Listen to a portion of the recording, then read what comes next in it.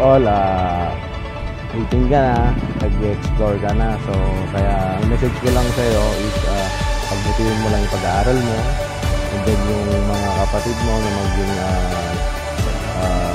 good sister sa kanila. So, nakikita ko naman yun pa tulungan mo sila. So, happy birthday anak, I love you. I wanna live forever. If this is what it feels like to fly, I'm never coming down. I thought it was a vision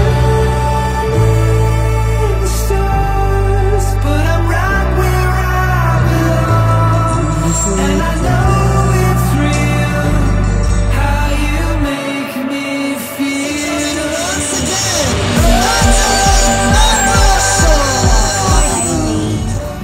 Happy 18th birthday. Sana nag-enjoy ka.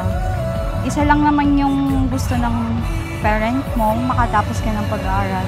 At saka para sa future mo. Ay, Neng. Happy birthday sa'yo. Ingat ka palagi. Enjoy mo lang yung buhay. Only you can make me feel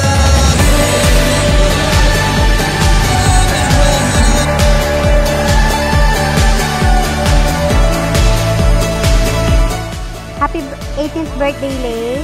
Sana lahat ng pangarap mo ay maabot mo and be good as a daughter and lalo-lalo na sa parents mo.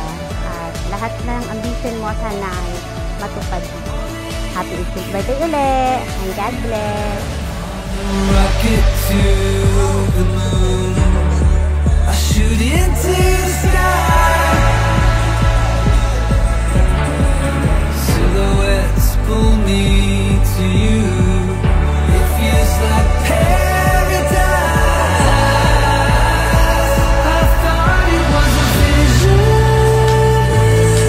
in the stars, but I'm right where I belong.